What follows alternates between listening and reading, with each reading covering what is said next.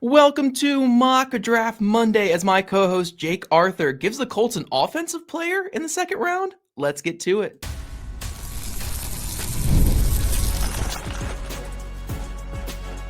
You are Locked On Colts, your daily Indianapolis Colts podcast. Part of the Locked On Podcast Network, your team every day. Welcome to Locked On Colts, part of the Locked On Podcast Network, now the #1 sports podcast network around. Today's episode is brought to you by FanDuel. Use your profit boost on NBA Future and get entered into a chance to win a trip to the NBA Finals. Play your game with FanDuel, the official sports betting partner of the NBA. Hello, everyone. My name is Zach Hicks, your resident film nerd of HorseshoeHuddle.com, and the person who brought you that voice crack in the opener. To start off this show, I'm joined, as always, by Jake Arthur, our boots on the ground over at Round Table Sports. And because it is a Monday, we're going to give you guys some mock draft Monday mania here on the show. And unlike last week where we just kind of went, or I guess a couple weeks ago where we went only rounds 2 and 3 and then just listed off some day 3 guys, we're getting a little bit deeper into draft season. We're starting to know names a little bit more. So today we're going to do a full 7-round mock draft for you guys. Each of us are going to go through a couple players that we took. We're going to do in the first segment rounds 2 and 3, second segment rounds 4 and 5, and then close it out with rounds 6 and 7. Just an FYI for you Colts fans right now, the Colts currently are projected to have 7 draft picks in this class, 1 in each of the first, or 2, 3, 4, 5, and 6, and then 2 7th-round picks with comp picks coming in. We'll see if some trades happen this offseason to give them some more draft picks, but that is where we're at. But Jake, so I don't take up any more time, let me kick it to you for your picks here in round 2 and 3. Who did you ultimately go with in today's Mock Draft Monday? Yeah, I kind of hate myself for this first one, but it's like, I could see the Colts doing it. So I'm going with a wide receiver with their first pick. Again, I hate it, but I love this. I love this player. So it's Malachi Fields out of Notre Dame with their 2nd-round pick. Now, this obviously all hinges on Michael Pittman Jr. not being with the team anymore. I'm not adding him on top of Pittman and Pierce. That's insane. I wouldn't do that. So, yeah, imagine Michael Pittman Jr. going out the door. We've talked about this a little bit recently. Are you comfortable with Alec Pierce and Josh Downs and Ashton Dillon being your main group of guys? And Tyler Warren, of course, you have to throw him in as well. But I just feel like they would be missing something big. And Malachi Fields is a great prospect. He's a height, weight, speed guy for like 6'4", about 220. That's awesome size. And I would say he's faster than Michael Pittman Jr. is. He gives you could either say he's like a faster Michael Pittman Jr. or, I think his route tree is a little, more expanded than Alec Pierce's was coming in, but he's maybe not the catch point type of specialist that Alec Pierce was coming out. But regardless, he is a height, weight, speed guy who I think would fit in really well for the Colts and replace Michael Pittman Jr. pretty seamlessly. Eventually, receivers take a minute to get acclimated. But then my next one, this really is for you here. Darrell Jackson Jr. from Florida State. Now, we're talking a behemoth in the middle, a nose tackle if there ever was one, about 6'5", 328 or so, would go and slot in behind Grover Stewart. They've got to get some more insurance behind DeForest Buckner and Grover Stewart. I think they need another backup nose and another backup 3 tech. You could trust Adetomiwa Adebawore, or you could add Neville Gallimore back into the mix. That's fine. But they need some youth there. And you could have made an argument for them doing it last year or the year before. As soon as these 2 studs up front, Buckner and Stewart, started turning 30-plus, it was time. And now, of course, with Buckner's neck injury, you can't get caught with your pants down here. Like, you have to be prepared. So my first 2 picks, Malachi Fields replacing Michael Pittman Jr., and Darrell Jackson Jr. from Florida State, the nose tackle, coming in as the next great defensive tackle for the Colts behind Grover Stewart. Yeah, I like that third round pick, Darrell Jackson Jr. I think he was a Shrine Bowl standout, I believe. I think he And was he came very good there. to the Senior Bowl on like the last day of practice too. So yeah, he was a Shrine Bowl guy first. Yeah, I remember he was like getting a lot of praise for one of the best players there. I haven't done Mhm. a lot of work on this wide receiver class yet. So Malachi Fields, I'm sure a lot of Colts fans in the comments can tell me all about him because he played at Notre Dame, and obviously I know there's a lot of overlap with you guys and Notre Dame. So I'm intrigued by a wide receiver in the top 50. It would just have to be the right guy for I'd what the say Colts he's the need. right guy. Okay, cool. Yeah. So Colts fans, leave your comments below about what you think there. My two picks, though, I stuck with defense. I didn't go to wide receiver. I'm looking so hard at defense this offseason. First up, I took a safety in the second round, Dillon Thieneman out of Oregon. Now, you guys probably know him from his days at Purdue. Spent 2 years at Purdue, only 21 years old. I think former 4-star recruit, had an outstanding season with Oregon this past season. And if the Colts were to lose Nick Cross, speaking of potentially replacing players, I think he would seamlessly just transition to being one of those, like that exact type of role player for the Colts. He can play in the box. He actually logged almost 200 slot snaps last year as well. Logged over 200 free safety snaps, over 100 special team snaps. This guy was an Iron Man across that Oregon defense, played all over the place. Not as athletic as Nick Cross because very few players are that Yeah. athletic. But very good ball skills. Makes I think just has better feel and instincts and coverage than Cross. Reminds me a lot of like a Cam Curl type of player, and I think that would be a really interesting add to the Colts and kind of can keep that versatility that Nick Cross brought last year while getting cheaper at that position in a secondary that's so expensive. Adding another young, like cheaper option in there could make a lot of sense. So Dillon Thieneman, if he's there at 47, I'm running that pick in. I think he's a Oh yeah. very good player and would be a great fit with what Lou Anarumo wants to do. And then I took a linebacker in round 3, and this one I've seen this linebacker as high as top 50 and as low as like late day 2. So you could kill me if I took this guy too late here. But linebacker Deontae Lawson from Alabama. Again, I think Pro Football Focus had him like as a like 90th rated player, but I've seen Bleacher Report have him as like a top 40 player. He's a fun player to watch on film. He's got the hair on fire aspect to his game, a really good run and chase player, a good coverage instincts because you can't play linebacker at Alabama and not know how to cover on that side of the field. So I think he's got good eyes and good feel, but unlike our guy Josiah Trotter that we talked about earlier today on our prospect spotlights that we released on YouTube and audio, he's not this like elite level run defender. He's not going to just deconstruct blocks and kill offensive linemen that pull in front of him. He's more of that run and chase type of mold, but I think he gives you a little bit more coverage upside than a Franklin or Jermaine Pratt did for the Colts last year. So, and you can get a little bit younger, get a little bit faster, get some coverage instincts in a run and chase backer. I think Deontae Lawson would add that to the Colts. I'm still back and forth on what kind of linebacker Lou Anarumo would want because he did like the bigger linebackers a little bit when he was with Mhm. the Bengals. But I think it is kind of like a new age NFL where you got to have speed at all times. And I think a player like Lawson with his speed and his instincts is a guy who could make a team happy. I've seen some comparisons to like, was it Shaq Thompson, I believe is the Yeah. linebacker from the Panthers back in the day, like 5 years ago. But Shaq Thompson, I think that's a good comp for him. Again, that hair on fire type player that can run down a lot of plays and just attacks downhill with some good coverage instincts. So Deontae Lawson, I think would be a good pick there if he's there in round 3. I like that. Yeah. Lawson or Thompson was someone I really, really liked coming out his year, I don't know, 10 years ago, just to show my age a little bit. But I went for some guys who could contribute a bit early and then become eventual starters. And you went for the crowd pleasing home runs. You went for instant impact, probably starters. Yeah, I was saying I need So yeah, starters. We're an yeah, all-in win now season right now, Jake, and I needed those starters to play tomorrow for the Colts. yeah. I guess my excuse will be, well, what do the Colts do historically? Do they always land starters right away? No, they don't. But no, I love all 4 of these players here that we picked. For yours specifically, really like Thieneman. And yeah, again, that's honestly, even if you bring Nick Cross back, you still have plenty of use for Thieneman. I think that would be a bit of a luxury still, but you could plug him in right away, and he's a 1,000 snap player for you. I think he's got the instincts and the IQ. Like when I watch him, I don't worry about where he's at all. Like, he seems to understand everything that's in front of him. And then Lawson, yeah, if you're looking for the huge linebackers, there's only a couple in this draft. Like, everybody's about 6'2" or under 235. Like, if you want a linebacker this year, you're going to have to get a smaller guy.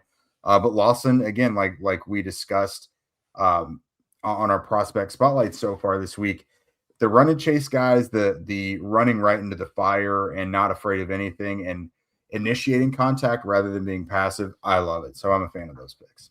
Yeah, no, for sure. And coming up, guys, we're going to dive into day 3, round 4 and 5. Do we stick on defense or do we finally break a little bit on offense? That'll be up here in just a second. Finding a doctor that you actually like can feel like discovering a diamond in the rough. Sure, you want someone who's in network nearby and has availability, but you also want a doctor who listens, they make you feel comfortable, and they explain things clearly. That kind of doctor does exist, and finding them is easy with Zocdoc. Zocdoc is a free app and website that helps you find and book high-quality in-network doctors so that you can find someone that you love without all the hassle. We're talking about booking in-network appointments with more than 150,000 providers across all 50 states, covering over 200 specialties, from primary care and dentistry to dermatology and eye care. You can see real-time availability and book instantly. No phone calls, no waiting on hold. You can also read verified patient reviews so that you feel confident choosing a doctor you'll actually like. And whether you want to go in person or do a video visit, ZocDoc makes it easy either way. So stop putting off those doctor appointments and go to ZocDoc.com/LockedOnNFL to find and instantly book a doctor you love today. That's ZocDoc.com/LockedOnNFL. ZocDoc.com/LockedOnNFL. Thanks to ZocDoc for sponsoring this message. Have you ever wanted to experience the NBA Finals live and in person? FanDuel is giving you the chance to turn that dream reality with their NBA sweepstakes. Here's how it works. Use your profit boost on any NBA future, and you'll automatically be entered for a shot to win an NBA Finals trip for 2. That's right, flights, tickets, and the whole experience. If you're already looking at the board and thinking about which team can make a deep run, this is the perfect time to lock it in. I love futures this time of year, whether it's picking a team to win the championship or grab a conference title. It adds an extra layer of excitement every game down the stretch. And now, not only can you pick cash, but it can also send you to the finals as well. So visit FanDuel.com to get started. Use your profit boost on NBA Future and get entered your chance to win a trip to the NBA Finals. Play your game with FanDuel, the official sports betting partner of the NBA. And thank you guys for making Locked On Colts your first listen of the day and every day. And thank you for making Locked On the #1 sports podcast network. If you haven't already, go check out our new Everydayer clubs. You can catch our audio ad-free and get an invite to the members-only Locked On Everydayer Club Discord server, which includes a group chat just for listeners of our shows. Go to lockedoncolts.supercast.com to join or even gift a subscription to that special someone. Valentine's Day just passed. You could have gifted them a Locked On Everydayer subscriber thing. That would have been great over there for Valentine's Day. I know Jake did that with Alex, and I did that with my wife. It was exactly what they needed. But Jake, getting back to mock draft Monday, you went wide receiver with your first pick. You came back around to defense after that. Are you sticking with defense here on early day 3, or do we need more wide receivers? Do we need more tight ends, more running backs? So where are you going here with day 3? No, it's time to shift focus back to defense full throttle. And I would have probably, like, in my ideal world, you lock up an edge and a linebacker with your first couple picks. I do go ahead and get my linebacker here, Harold Perkins out of LSU with my 4th round pick. So again, you mentioned Josiah Trotter, our prospect spotlight. Imagine Josiah Trotter just less powerful, and like that shows up in every aspect of his game. Like, Perkins does get hung up on blocks, and he's slipperier. Like, he's slippery through the trenches when he can find a crease, but like he gets caught up in traffic a little much. And if you get locked onto him, you could probably take him out a little bit. But that's why he's here in the 4th round. But like you mentioned with Lawson too, I've seen him anywhere from top 50 to like available in round 4. So it's, maybe he goes a lot higher, but I expect would work out pretty well. He looks pretty athletic out there on tape. You could do a bit with him. Like he's been productive blitzing, on the line, in coverage when things are, sideline to sideline and in front of him. I think he does well, but he can get into La La Land a bit when things get behind him. That comes with experience. So again, this is a guy who can help you with some snaps pretty quickly. But if you're relying on him to be like a full-time 3-down player, I think you probably didn't do enough work in the offseason at the position in general. But I do like him eventually to develop into a really nice player. Again, the athleticism and the mobility. And I think he does have enough coverage skills to where I think he'll be fine down the road. And then another guy I liked coming into round 5 here is Duke edge defender Vincent Anthony Jr. So this is a big boy. So he gives you some pass rush juice, but I think he's also big enough to really seal off the edge and hold up pretty well here. So yeah, 6'6", 260. So he's bigger and a little heavier than Kwity Paye. Now he's not going to be your starter, but like he would be a nice, I think, rotational piece with JT Tuimoloau. And he's not someone I'm like plugging in to be like one of the first guys in off the bench, because I think we all are in the camp that the Colts are going to add 1, maybe 2 guys in free agency to the edge group. But I love Anthony as a rotational piece in the mix with everybody else. Because if you're trying to keep a constant motor of guys who aren't a liability in any one area, and like, let's say it's hard to make substitutions during a drive, the offense is really, kicking it into high gear. Well, I'm confident in Anthony's ability to defend the run and the pass. He's not super bendy, but like, I think he's got enough flexibility to leverage I noticed this at the Senior Bowl. He leverages the tackle's outside shoulder against him quite a bit. I don't know how to describe this little move that he does, but he knows what he's doing without being ultimately flexible in the hips. So adding Perkins and Anthony here to a defensive front 7 that definitely needs help. Yeah, no, Harold Perkins, I think, is super interesting because I believe he played some edge early in his career. Yeah. Like a bendy edge rusher, got moved to off-ball linebacker because he's a little bit underweight and undersized. Mm-hmm. And having a player like that in this kind of scheme that wants to blitz and be aggressive, I think would be really, really fun. Then Vincent Anthony Jr., just keep beefing up the trenches. I love that there. After going defense on day 2 for me, though, I went offense to start day 3 with my first 2 picks, actually. Because I feel like, in my scenario here, I couldn't find an edge rusher I wanted here on day 3. So I just didn't take an edge rusher in this draft. So I'm like hoping that we just sign like 4 edge rushers in my mock scenario here. Yeah. And it allows the Colts to go offense on day 3. So in my round 4 pick, I went with wide receiver Skyler Bell out of UConn. Just had a massive season, over 100 receptions, 1,300 yards, and I think 10 touchdowns for UConn this past year. A little bit undersized, but one thing that I think I've noticed a lot with the transition from Frank Reich to Shane Steichen is Reich like those big, massive, like ball winner receivers. Steichen likes the route runners, likes the separators. Who are the receivers that the Colts have taken since Shane Steichen has taken over? Josh Downs, A.D. Mitchell, Anthony Gould. Those are route runners and separators more so than like the big body guys who win the jump balls. And that's where Skyler Bell certainly wins. So he's not the perfect replacement for Michael Pittman Jr. He's not going to do all the things that Pittman Jr. does well. But I think it adds another separator to the mix that has 4.4, maybe high 4.3s if he runs well type of speed. So I think he'd be a really fun player there. And then in round 5, offensive tackle Dametrious Crownover from Texas A&M. I want to put this out there real quick. Texas A&M, stop rotating your offensive linemen in and out of the lineup. It annoys me so much watching film, seeing like the whole line shift on every single drive.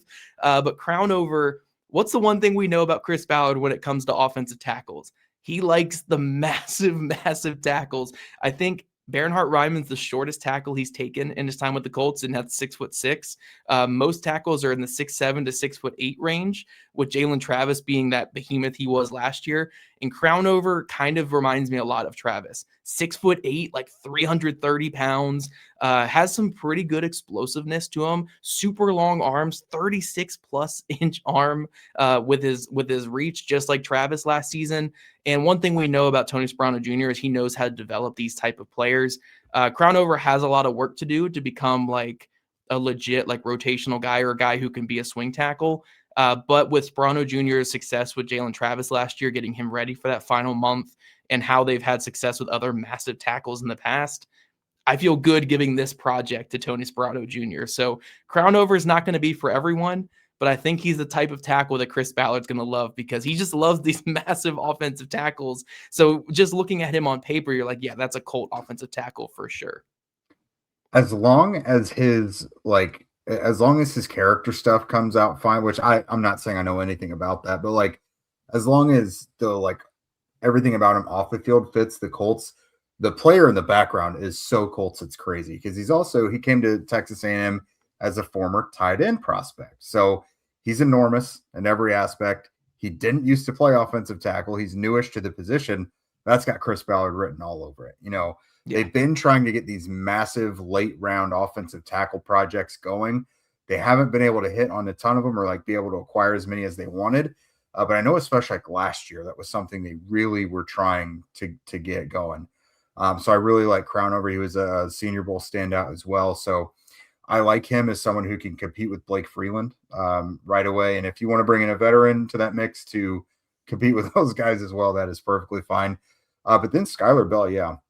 It's if you lose Pittman, you have to do this by round 4. I don't think anyone is in love with the idea of adding a receiver when you need so much on defense, but you just have to. Skyler Bell, that's a good example of someone who productivity in college is one of the number one things you need to look for to translate to the NFL. I don't know why that is necessarily. You don't see as many college projects go on to be successful. But if you have the production at UConn that Bell did, that usually works out pretty well for them in the NFL. So I don't know a ton about Bell yet. I mean, that you talking about him is the most extensive stuff I've heard about him so far. But the smart wide receiver people I know, like Brad Kelly is one person I asked back in the day, and he said, I want my receivers to be productive in college, and that usually bodes well for them at the next level. Yeah, one thing that Ballard would have to get over, though, is I think he transferred away from Wisconsin to UConn. Will Ballard ever take a guy who left his beloved Wisconsin? Oof. That's going to be the real question. But coming up, we're going to round out this Mock Draft Monday with each of our final 3 picks in round 6 and 7, who are the late round gems that are going to be the next Jalen Jones and Hunter Wohlers of our class. Tax season does not have to take over your life, guys. This year, TurboTax is making it easier than ever to just hand things off and move on with your day. With TurboTax full service, you can have your taxes done for you by a trusted local expert, start to finish, without the stress or guesswork. They handle everything from W-2s to self-employed forms, and they work to get you every deduction. It's a huge time saver, and it gives real peace of mind knowing that an expert is actually handling it. For a limited time, you can have your taxes done by a local TurboTax expert for just $150 all in if a TurboTax expert did not file for you last year. Just make sure to file by February 28th. Take taxes off your plate and get back to your life. Visit TurboTax.com/local to book your appointment today. All right, welcome back, everybody. We are rocking through our Mock Draft Monday here. Just to quickly recap for you, in rounds 2 and 3, I went with wide receiver Malachi Fields from Notre Dame. Zach went with safety Dillon Thieneman from Oregon. 3rd round, I went with Florida State defensive tackle Darrell Jackson Jr., and Zach went with linebacker Deontae Lawson. Round 4, I went with LSU linebacker Harold Perkins. Zach, UConn wide receiver Skyler Bell. In the round 5, I went with Duke edge Vincent Anthony Jr., and Zach went with Texas A&M offensive tackle Dametrious Crownover. So now we're going to wrap this thing up with round 6 and 7. The Colts are projected to get 2 picks in round 7 because one of them is a compensatory selection. Their 6th round pick is actually supposed to be a compensatory selection as well because they did trade their pre-existing one away for Mekhi Blackman to the Vikings last year. So Zach, with all that being said and all those words, go ahead and tell us who you've got with your 6th and your 2/7. Yeah, so I actually stuck with the SEC here for the entirety of my 6 and 7 rounds. SEC Uh, bias. I know my SEC bias here. I think most of my draft picks were SEC at this point, but in round 6, I went with defensive lineman Zxavian Harris out of Ole Miss. And Jake, what do we know about me when it comes to defensive tackles? I like Big. them big. I like I like the big boys. 6'9", 340 pounds, Zxavian Harris. That's probably too big. Like, that's It's kind of probably- crazy. It is a little bit too big, and you see it on film, and that's why we're talking about him in round 6 at this point. But I thought he had a pretty good season as a run defender. I mean, the flashes are really good on film. It's just when it comes down to conditioning, and it comes down to can he consistently win with leverage in the NFL? But I want a big boy. I want the big guys here coming to Indy. Someone's gonna clip that right there. But I love the defensive tackle. 6'9", 330 pounds. I think he'd be great in Indy. Again, sticking with SEC, interior offensive lineman Fernando Carmona out of Arkansas in round 7. I think some of the physical traits are below average when it comes to him, and I think when it comes to like one-on-one play, he would really struggle. But I think he's a good connective offensive line player, and I think he can certainly compete for a depth spot. Give that competition to a Dalton Tucker in training camp and see who can win as that rotational interior guy, or that swing interior guy for the team. And then linebacker Owen Heinecke out of Oklahoma. Yes, Oklahoma is SEC. I still have to keep checking myself on that. Heinecke, I believe, was at the Senior Bowl and was very up and down for me. There was some issues with his ability to feel out run plays and stuff like that. But what really sells him for me, especially in round 7, is he has a couple hundred special team snaps in college. I believe he had 15 special teams tackles over the last 3 seasons. And then you also saw some pretty good play, I think, on defense this past year for Oklahoma as well. So you get a guy who's played, started a whole season at an SEC defense, a lot of special teams reps that Brian Mason's going to like. I think that's well worth a shot in round 7. So my 3 picks again, Zxavian Harris, the behemoth defensive tackle out of Ole Miss, Fernando Carmona, swing interior offensive lineman from Arkansas, and linebacker Owen Heinecke from Oklahoma. All right. So yeah, I like that quite a bit, especially on day 3 in the final couple rounds. You gotta stoke the flames there and just keep adding beef to the middle. However you do it, you have to, and hope at least one of those guys pans out. And to your credit, if a guy that is the size of a power forward works out for you at defensive tackle, sweet, that works. And then Carmona, I like that. It's hard to ever know who's legitimately in competition because they'll say guys are in competition and then the lead guy never cedes any snaps to the other. But I do like the fact, Carmona, for example, could come in and be like the replacement for Josh Sills, who's just kind of always survived and been around the roster for the last couple of years. So they need someone like that. And then Heinecke, yeah, if you have trouble diagnosing run versus pass and you're a special teams guy, well, it's only special teams on that play. So great. Love that. So, all right, I'll kick us off here in round 6 with mine. This is all projection. USC has just the most slenderman linebacker out here. Eric Gentry is 6'6", 221. Yes, this guy. Okay, the praying mantis guy. Yes. Yeah, I know exactly who you're talking about. Okay. Very interesting. I wouldn't really do this before round 5 probably. But he's someone who I think if he tests well, I don't even know if he's going to be at the combine, but throughout the pre-draft process at pro day and workouts and stuff, if he performs well with that size and reach, he's probably going to boost his stock a bit. But he's a tweener that you don't know what to do with. At 6'6", you would think maybe edge, but 221, you're like, okay, so linebacker. But he's such a project. No, you have to determine where he's going to play first. Is he going to be an edge for you? Then you have to beef him up a little bit, and you have to get that good baseline of edge technique and all that good stuff. But he's mostly an off-ball linebacker. But that's real big, that's huge. But he's got good mobility for that size. Guys with that size don't usually turn and they're not very fluid, but I think he moves pretty well. But this is all projection. if this guy works out for you and he can become like a tight end eraser, like I don't care if he plays any more than, if his peak is 20 snaps a game, that's fine. Like put him in really tough, weird matchups where against teams where the tight end can stretch it outside, or like, I don't know. Like there's scenarios for this niche type of player, if that makes sense. And then moving on to round 7 for me, I'm going back to Notre Dame. Jalen Stroman is my direct replacement for Rodney Thomas II. You get your third safety, you get your deep guy. He could play special teams as well, but I was really impressed with him down at the Senior Bowl with his coverage abilities, like man-on-man, one-to-one in short spaces, like going out deep on the 9 routes and everything. Like it is what it is. Like everyone has their wins and their losses. But when it came time to like just manning up and guys trying to do all those goofy, silly Senior Bowl routes and releases that they run, he was given none of it.